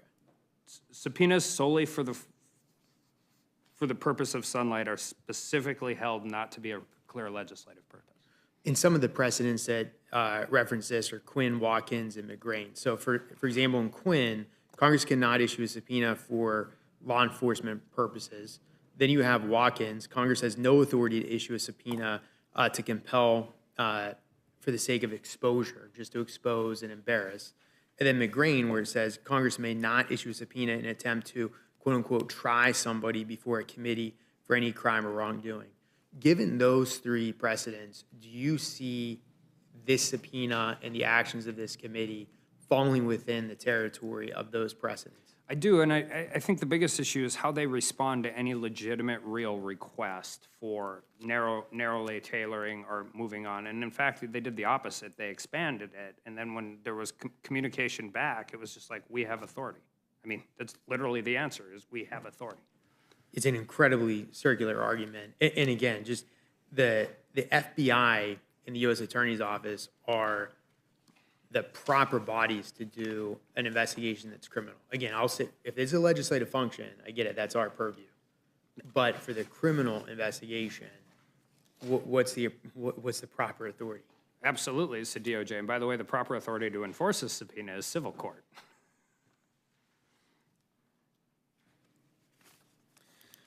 When we look at Mr. Scavino's case, and there's a few things that stick out to me. Number one is he actually has a letter from the president. Remember, it's the president's privilege to assert here. And two, he was a closer advisor to the president. And to go back to a precedent we haven't talked about, which is the Nixon case said that the reason you have executive privilege is because those around the president have to be able to give candid advice, much like a lawyer would give a client, without the fear of that coming to light in the future. So given those 2 points, do you have any thought on Scavino's argument in particular? Yeah, I mean, and I think it is not settled. And I mean, this is not just about a document production, and this is not just about testimony. It has both. And I think in both cases, it falls outside of the narrow exception in Trump v. Thompson. When we're talking about Mr. Scavino, I know there was talk about the back and forth with his lawyers, et cetera. I think you were in the room when I offered a letter from Mr. Scavino's attorneys. But by the way, has not been answered by either the committee or the White House yet. But that letter talks a lot about due process arguments. Are you familiar with all the due process issues? And if so, can you expand? Sure. It's pretty hard to meaningfully prepare for a deposition when you can't get a meaningful answer, and the correspondence expands on the original subpoena, and the original subpoena is clear that they felt was overly broad, duplicative, and a lot of different issues. And they would go 45, 50, 100 days without getting a response, and then they get a response saying you must comply. The response from the committee would be you have 3 days to comply with this. There was no meaningful engagement that I am aware of on any of these issues. And you might not agree with these issues, but it's not I mean, it's a very cogent, very detailed legal argument that has been consistently made. And you see a huge problem with the fact that the scope was constantly expanding, so it gave Scavino no opportunity to prepare? Yes. And what about the burden shifting too, where at one point the committee basically said, you hand over what you think is relevant? I mean, what are your thoughts on that? And by asking or presenting what is truly a false choice about doing this and claiming privilege with very specific documents and limiting to a privilege log in order to comply with what you're asking without ever meaningfully engaging on what you're already disputing is absolutely burden shifting to the witness and forcing them into a position that is, in often cases, would be a distinction without a difference. Are you familiar with the case U.S. v. Renicky? I might be mispronouncing that. I'm not sure. I've read a lot in the last 3 Okay, days. so that's fair. So the U.S. Court of Appeals overturned a perjury conviction for somebody who, obviously Renicky, who was found guilty of lying to a Senate committee. But the court did that because there wasn't a quorum present in the committee. Does that jar your memory? Do you have thoughts on that? Because I feel like the due process violation, a lot of people just think we're talking about due process violations, but the court has held that even a quorum being busted is grounds for overturning a perjury conviction. Can you just relate that case to what's going on with Scavino?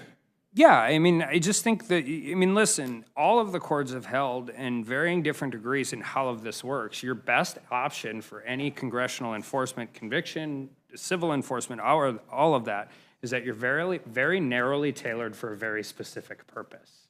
And there's a real due process reason for that, because the broader in scope and the more expansive in scope, and when you deal with all of these things and then you expand it after the fact, it is very meaningful. It is very, very difficult to actually provide due process to the person who is coming in front of you, because the answer is we want everything, all of it, we don't care. I mean, and that truly, I mean, is how that works. And then how do you meaningfully prepare a client? How do you do any of these things? I mean, there's a reason courts have held the more specific and more narrowly tailored it is, the better likelihood of enforcement, and I would argue a better likelihood of conviction or prosecution. Right. And then finally, let's say Congress holds these two individuals in contempt. It's ultimately up for the DOJ to prosecute, correct? Yeah, I agree with Congresswoman Cheney. The first time in 40 years is Mr. Bannon, and I mean, but that also includes Eric Holder, which was bipartisan, and Lois Lerner as well. I mean, and I think it's more important to recognize, I mean, the most important thing is if we continue to have people come in here and talk and go on TV and talk about compliance with the subpoena, the last way you're getting any of that information is by prosecuting them for contempt. And then are you aware that DOJ has a long-standing position where they actually will not, they will allow executive officials to assert privilege and not hold that in contempt, and that goes back to Ann Gorsuch with the EPA. Would you like to expand on that? No, but I mean, I think you can, I mean, I think the minute you start pressuring with rhetoric and other issues the DOJ to start dealing with these issues in these types of ways, you run the risk of, listen, there's not a ton of respect out there for Congress right now. It doesn't matter where you go anywhere in the country. The last thing in the world we need is that to be bleeding into the Department of Justice. Thanks, Mr. Armstrong. I appreciate it. I yield back. Thank you. I just want to, for the record, I looked up a quote from Kevin McCarthy. I quote, "Everybody thought Hillary Clinton was unbeatable, right? But we put together a Benghazi special committee, a select committee. What are her numbers today? Her numbers are dropping. Why? Because she's untrustable, but no one would have known any of that that had happened had we not fought." So I just want to, I get a little frustrated when I hear people lecture us about investigative committees being used to go after people inappropriately. And in the committee, the select committee that is before us today, we have a Democrat and a Republican, both who have equal subpoena power, both working together in what is a bipartisan way. The other thing is, I just have to say, I hear a lot of GOP arguments using Richard Nixon to defend claims of executive privilege. You should ask yourself what side of history you're on when you're using Nixon to justify your arguments. I don't think that's the side of history I would want to be on.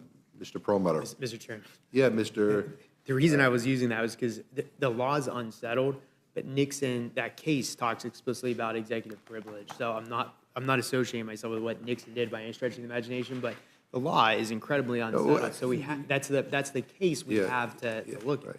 No, but I think what's even worse than that, quite frankly, is that I think some are associating themselves with what Trump did that day. And again, as I said to Mr. Armstrong, I mean, it is to me really just as a person who was there that day, who was one of the last people off the House floor, who saw the trauma that so many people went through that day, that that there just seems to be a lack of curiosity about getting to the truth and getting to the truth quickly. And I hope that we can overcome those obstacles. Mr. Perlmutter. Mr. Armstrong, you practiced law a long time before you got elected here, right? Yes. Okay. So well, I don't know what a long time is. A decade. A decade? Yeah. Okay. Well, I practiced about 25 years before I got here. So civil side, right? No. You were a criminal lawyer? I was. No civil? No. Very little. Well, I was civil, but I did get a guy jailed one time for having refused to answer depositions and interrogatories and document requests. 2 weeks he sat in jail because he, over and over again, refused to deal with any of the depositions, the document discoveries, or the interrogatories. So I know you only did criminal, but, you know, what are the purposes of depositions and document requests and interrogatories? Well, I would guess that if he went to jail for 2 weeks, a No, judge my said question, him they're not a plaintiff. my question to you were, what's the purpose of depositions, interrogatories, document requests? They are to start recovery. I mean, I just use it as a discovery request. Right, That's the to same thing. discover information that may be relevant to a basic case. Now, in this instance, you know, we have, in my opinion, a betrayal of the country by an attempt to overthrow an election. But that's what you know. We don't know much else other than a mob took over this campus, this Capitol campus, and broke into this building. And you got to begin somewhere. And you say, well, the questions keep adding questions. Well, maybe had they been the first people to respond to depositions, that would be one thing, but they've now had 800 witnesses to start developing the complexity and the breadth of what appears to be a really concerted effort to upset and throw away a lawful election. And you have two guys out of 800, and then you add Bannon and Mark Meadows, and that's it, four out of 800 who have refused depositions, interrogatories, document requests. And I appreciate you coming in here and trying to say, well, the record's unclear, but the purpose of discovery is very clear. And the purpose of this committee is very clear, to get to the bottom of this effort to overthrow the election and, in effect, overthrow this government. The number 2 and the number 3 people in line of succession as the executive, the vice president and the Speaker of the House, had their lives threatened. Says treason, the crime of betraying one's country, especially attempting to kill the sovereign or overthrow the government. And, you know, criminal contempt, we're dealing with 18 U.S.C. 2381. Owing allegiance to the United States, levies war against them, or adheres to their enemies, giving them aid and comfort within the U.S. or elsewhere, is guilty of treason and shall suffer death, or shall not be imprisoned by less than 5 years. So 800 witnesses. We now have 4 who've refused to provide any information. 1 is under criminal indictment for having refused to provide any information. We've got the Constitution of the United States has been victimized and assaulted. We have 5 deaths, dozens and dozens of injuries, countless people traumatized. And these 2 guys won't say boo. And it isn't a question of due process. They've had an opportunity to discuss this with their lawyers. They've had an opportunity to object and assert their rights, just as others have. So, I mean, I don't think there's any question as to the basics here about responding to reasonable discovery requests. And if they think that they are liable or culpable, then they can plead the Fifth Amendment. That's the rights that they have, that our Constitution gives them. But the Constitution also allows us to protect it. And so I appreciate you coming in here and reading us your brief. But I don't think there's any question on this one. You know, I don't have any idea what these guys did or didn't do. I know we've got 7.5 hours of phone calls that are missing that I'd certainly like to ask them questions about. I don't know if you want to respond to any of that, otherwise I'll yield. Well, first, everybody has due process. Of course they do. Hard cases make bad law. And if the idea is getting to the truth and getting an enforcement of the subpoena, a criminal contempt motion isn't the way to do it. And that would just be my point. Everybody's entitled to due process, and they've had it. So the question of due process is, this committee has given them so much time, has given them an opportunity to be heard, and they've refused to be heard,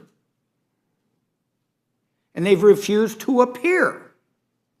It's the right to appear and the right to be heard, which they've refused to do. Now they're going to end up having a criminal referral, and they'll have an opportunity in the court, just like Mr. Bannon did. But now, all of a sudden, there is an indictment, and he's going to have his day in court. You know,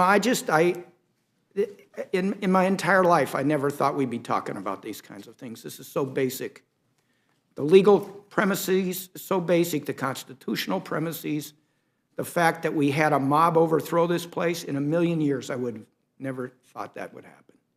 And we got to stop this. We got to stop it now. I mean, I appreciate Ms. Cheney coming in and the way she's described the Constitution demands for us to protect it.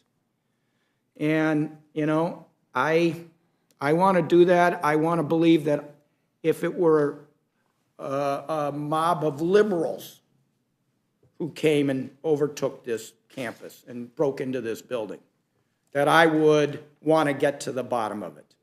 And I believe I would. And that's why I really appreciate the way Ms. Cheney and Mr. Thompson and the rest of the committee have taken this on. This is not fun stuff. This is unbelievable stuff.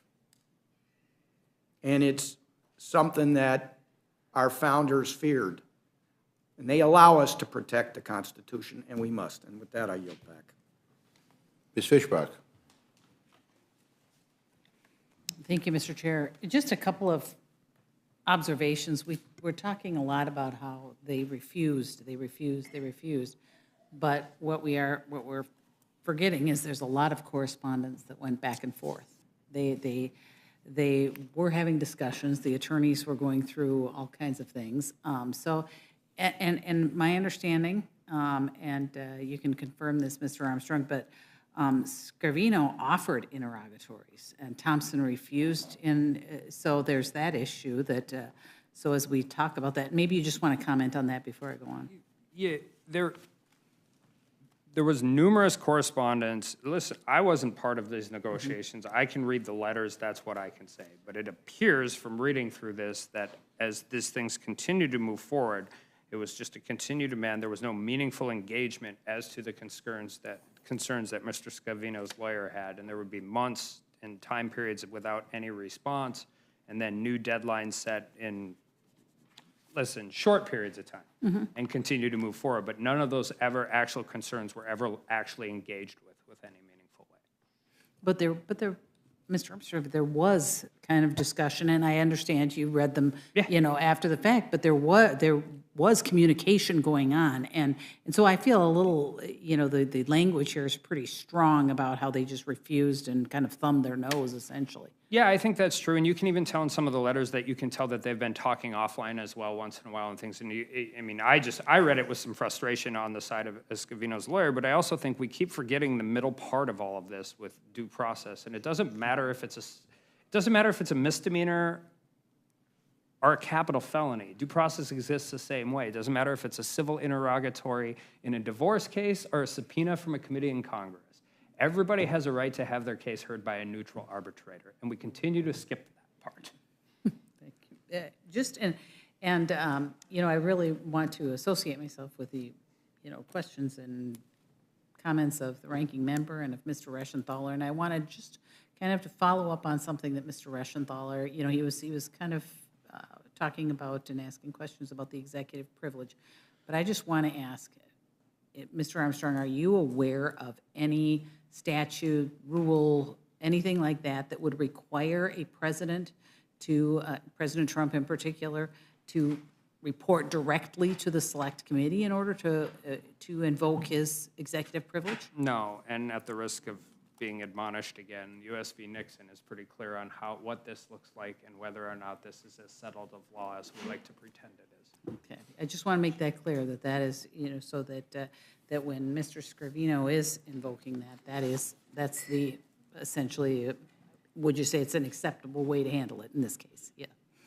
And Mr. Armstrong, just in finishing up, I just wanted to ask you if there's anything that you wanted to add or anything. Okay, thank you. Thank you. And Mr. Chair, I yield back. Thank you very much. Mr. Raskin. Mr. Armstrong, always a pleasure to see you. You were one of, I think, just 2 former public defenders in Congress, right? Is it you and Cicilline? Is that right? Yes, I don't know if Morgan Griffith did public defense, but he did do some criminal defense. Yeah, well, I want to thank you. I take you from our years together in the Judiciary Committee to be a serious lawyer, and I want to thank you for conceding the legitimacy of the January 6th Select Committee's legislative function and purpose. On that, you concur with the courts, and you're against, I'm afraid, the leadership of your party, which continues to say there's not a legitimate legislative function or purpose there. Will you just elaborate how you came to that conclusion? Well, I mean, I read the Trump v. Thompson case, and I mean, listen, a very good district court judge told me one time, Mr. Raskin, even the courts aren't always right because they're smartest, they're right because they're last. And there's a ruling, and at least in this specific case, there is a court ruling when the Supreme Court failed to hear it that acknowledged the Select Committee's legitimate legislative purpose. And I mean, the basic logic here is that if the Congress cannot investigate an attack on Congress, an attempt to overthrow an election, it's hard to think what we could investigate. But thank you for that, and I mean that sincerely. But I want to ask you this. Because of your experience as a public defender, and you just talked a moment ago about how, whether someone's going to civil court for a divorce proceeding or a criminal court for a murder trial or a parking ticket, whatever it might be, they're owed due process. Did you ever have a client, or can you imagine having a client who is subpoenaed to come testify about something, who thinks that their testimony could implicate them, who you would advise just not to show up?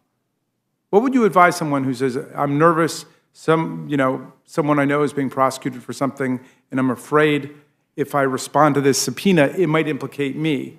Would you tell them not to go? Well, it depends where the subpoena is issued. Well, a criminal court or civil court, as you say. But this is important because this is where we end up in this fight. We say, you have adversarial sides in this proceeding, and no independent arbitrator showed up. If an independent judge tells you to turn something over, I would advise them to turn it over. Wait, but are you rejecting the long line of authority going back to the beginning of the Republic that Congress has all the authority of a court to subpoena people's participation in a proceeding? And they have the person being subpoenaed has the absolute right to have an independent arbitrator determine that. I believe that. Okay, do you have any authority for that? Sure, you can go to court to object to a subpoena. You can go to civil court to enforce a subpoena. We've been through this. Well, okay. So here, though, there is one legal document that there's one legal command that's an issue, which is the subpoena from the House of Representatives. That is like a court ordering you to do something. If you don't like the ruling of the court once you get there, you can appeal it. And as you were just saying a moment ago, you can go as far as you can go appealing it, but you can't blow off the court. I mean, did you ever have a client who you told just don't show up if you think you've got a Fifth Amendment privilege or any other kind of privilege? No, I assume you're being an excellent lawyer. You would say you go to court, and when they ask you questions X, Y, and Z, you assert the Fifth Amendment, or the marital privilege, or whatever privilege it is, right? I'm sure you did that countless times in your career. Yeah, but I don't agree with the correlation. I mean, I've had plenty of document requests and subpoenas in which we have gone to a court and fought about them, and I've had plenty where I've forced prosecutors to enforce that. Yes, you've gone to court, but you haven't just refused to show up. That's what these guys have done. They've refused to show up. Well, if you think, I don't think Mr. Scavino just refused to show up. Did he go to court? Mr. Scavino engaged with this committee for 9 months straight and never got real answers. All right, And okay. The committee's enforcement action is a civil enforcement action. All right, let me ask you this. To whom does the executive privilege belong? Who gets to assert it? Well, President Trump has asserted it with Mr. Scavino. But as a matter of law, who gets to assert the executive privilege? The executive. Okay, so it's not a private party. Scavino can't assert the executive privilege, right? I don't think he's arguing that he Navarro can't assert the executive privilege. The Supreme Court held in United States versus Reynolds in 1953, and multiple times since then, the executive privilege belongs to the government and must be asserted by it. It can neither be claimed nor waived by a private party. Do you have any precedent that contradicts this? Well, I have U.S. v. Nixon, which says that a former president has abilities to have privilege. Okay, let's say that were the case, okay? And it's dubious given that the D.C. Circuit just held the privilege, like all other Article II powers, resides with the sitting president. But even if that were the case, how does that help Mr. Navarro? We haven't heard from Donald Trump. Navarro hasn't given us anything saying Donald Trump is trying to invoke executive privilege for him. So how does that help Navarro? Well, I mean, I would have, listen, if I was Mr. Navarro's lawyer, I probably would advise him to do some things a little differently. To come in and testify, right? Well, we're in the middle of one contempt rule, one contempt order. So as we continue to move this, it seems like the rule doesn't make any distinction between Navarro okay, and... Let me ask you then about the content of it. Do you concede that the executive privilege applies only to the valid work of the executive branch? Can a president, assert executive privilege for political campaigning that he's involved in or one of his subordinates is involved in on their own time? I don't even know if I know the answer to that. I haven't looked at it. But the answer is no. I mean, the Hatch Act makes it a crime for someone to engage in political campaign work on their job. So essentially, you'd have to be saying, well, I was violating the law and doing as part of my job campaign work. So the answer is no. Much less can you assert the executive privilege for criminal activity.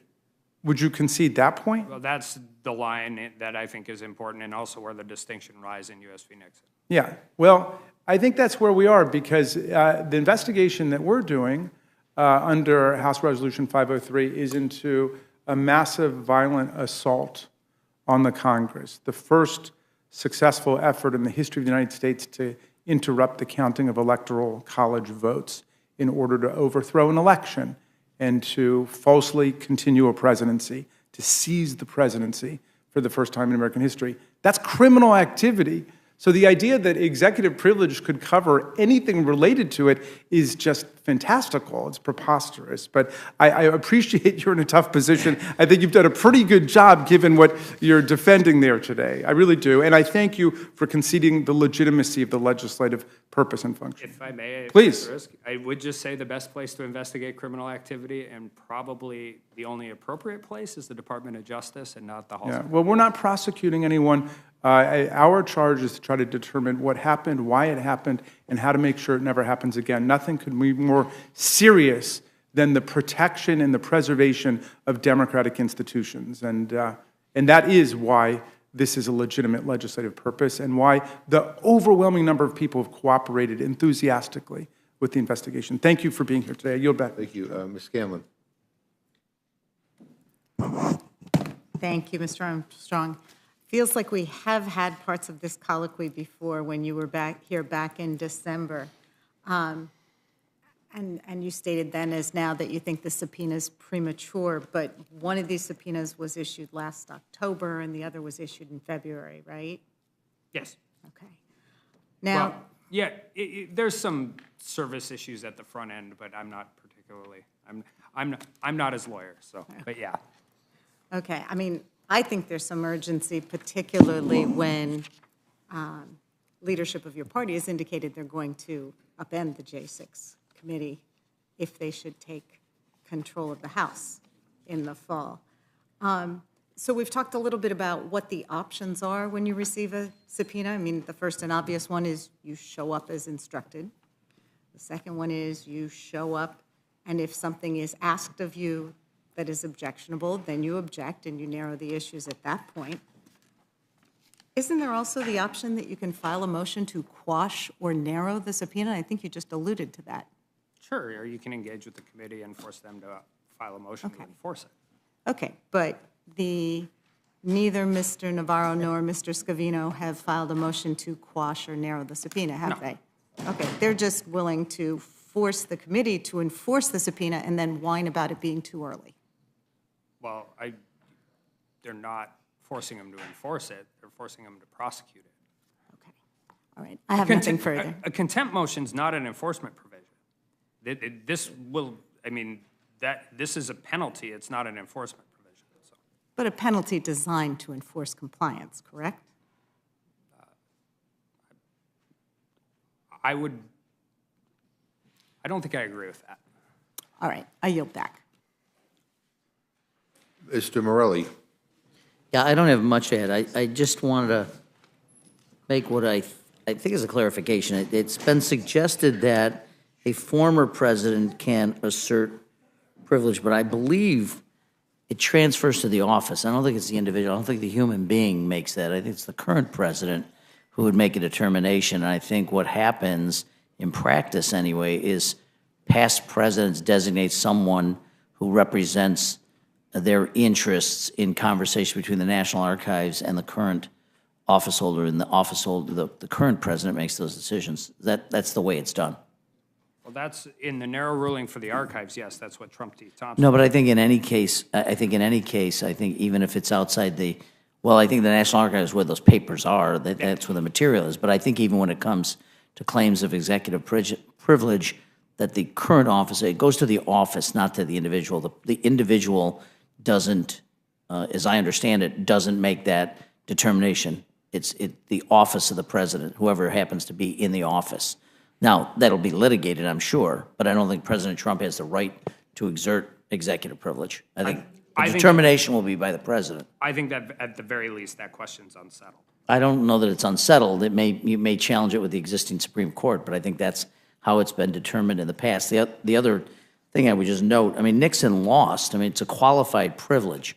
Privilege is not absolute. It's qualified, and I think the court ruled unanimously that Nixon, because he was engaged in wrongdoing, the court unanimously ruled against him. And I would argue that on January 6th and the weeks leading up to it and the weeks leading after it were about overturning illegally an election that had been decided for which there was no evidence of fraud, as I said with the earlier testimony. So I would actually argue what they were engaged in was wrongdoing. It violated the Constitution.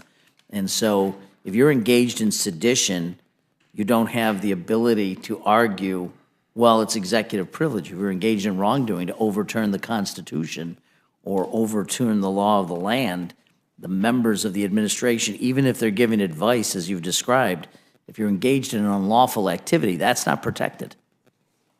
You would agree with that. You might not argue that they were engaged in wrongdoing, but I assume you would argue you cannot extend privilege for wrongdoing.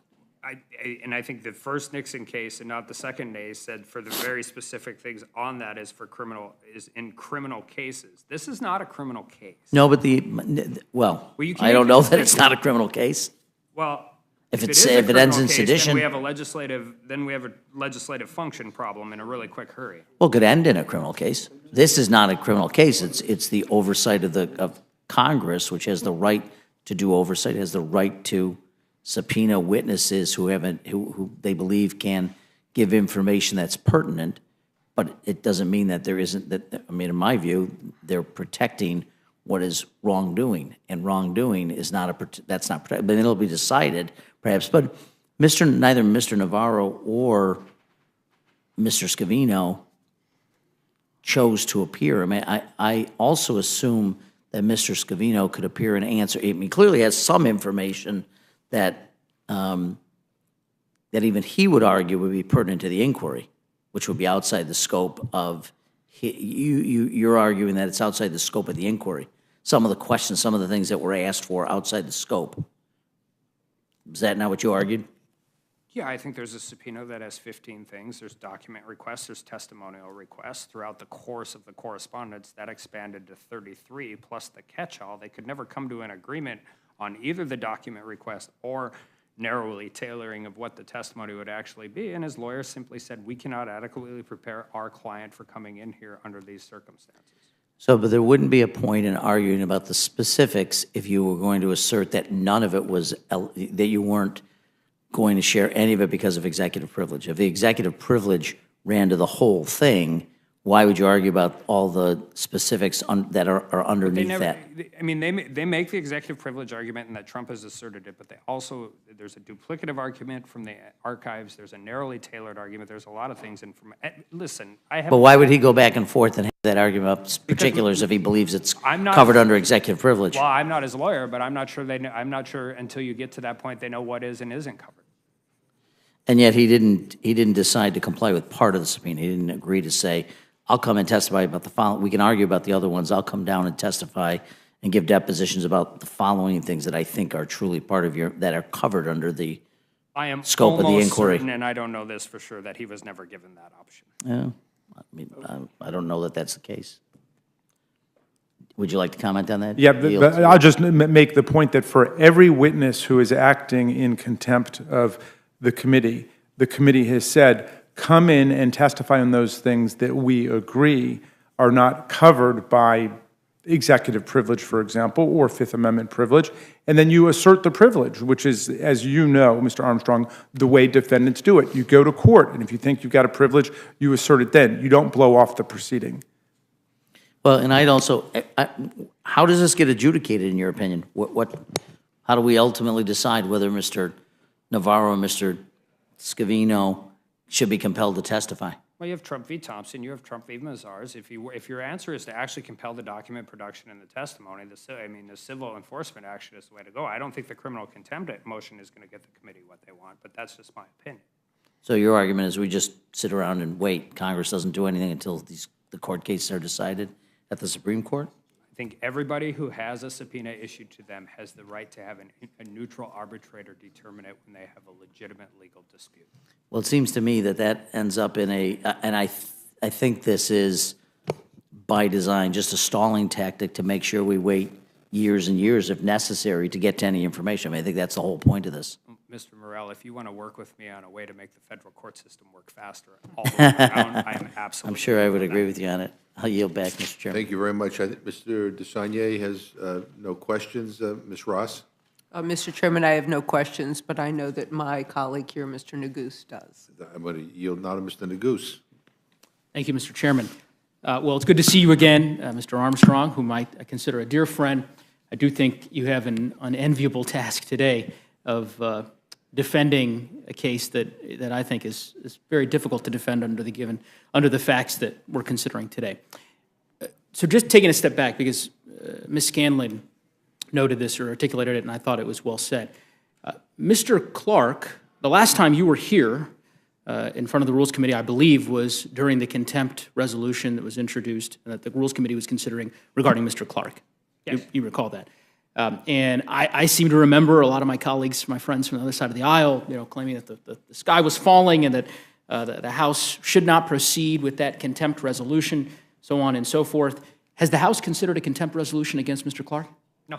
Why not? Because he complied, or he testified. Because he testified. No, that's right. No, you're precisely right, because he testified. Because he responded to this committee initiating the resolution to the floor by coming in, testifying, and my understanding, I'm not on the select committee, is that he pled the Fifth Amendment, or at least that's what some reporting indicates.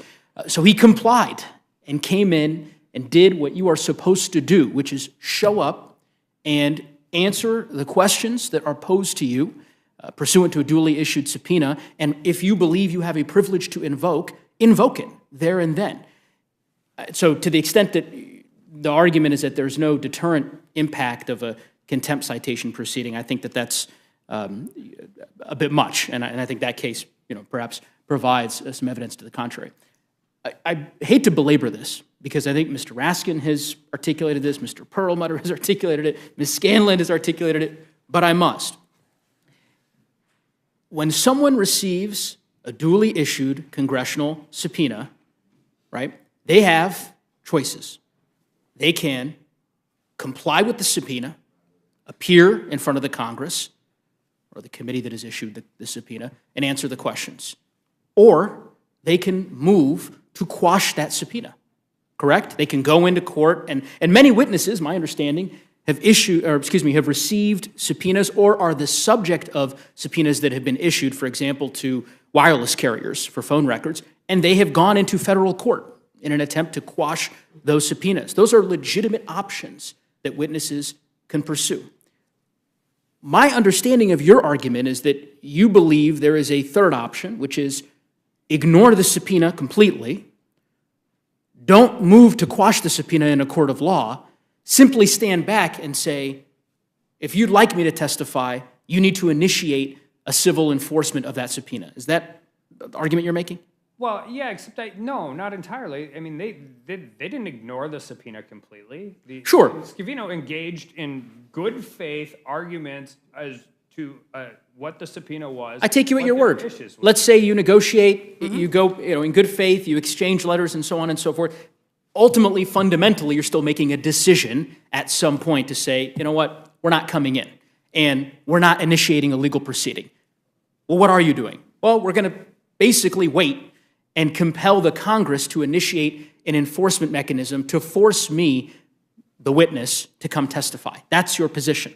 Well, they made very good faith, colorable arguments as to what they had problems with and never had any meaningful response. So then why not show up and make those arguments? Why not appear and invoke the Fifth Amendment, invoke the executive privilege, even though, as we've discussed ad nauseum during this particular hearing and in hearings in the past, as Mr. Morelli eloquently articulated, I don't think that ultimately that privilege is a privilege that the witness can assert during the pendency of a deposition like this, but fine, show up, assert it, and say, I'm not answering that question.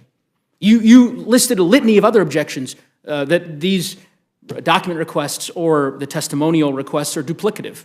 Say it's duplicative. I decline to answer this question. I believe it's duplicative. I'm going to force the committee to initiate a lawsuit to compel me to say it. Why not do that? Well, I'm not there giving advice to Mr. Scavino. I'm not his lawyer. I'm not in those conversations, so I don't have a reason for that. But I can honestly tell you that I know just from reading the letters that they don't think they had any meaningful engagement with the committee. Well, I'd say this, and I said this at the hearing in December, because I take you at your word, as Mr. Raskin said, given your background and I think your fidelity to the law and as a serious lawyer, kind of wrestling with these arguments. But my colleagues on the other side of the aisle are creating a standard that is untenable and will prove to be unsustainable over the long haul. And to the extent, I'm happy to yield to my colleague for a particular question, to Mr. Reschenthaler, because the day may come when my colleagues have the gavel. I hope not too soon. But when that day comes, my construction of your argument, as I understand it today, and in the hearing that we had in December, and in the hearing that we had in November on Mr. Bannett's contempt citation, is that any witness who believes that their testimony would in some way invoke executive privilege need not show up in response to a congressional subpoena and need not move to quash that subpoena.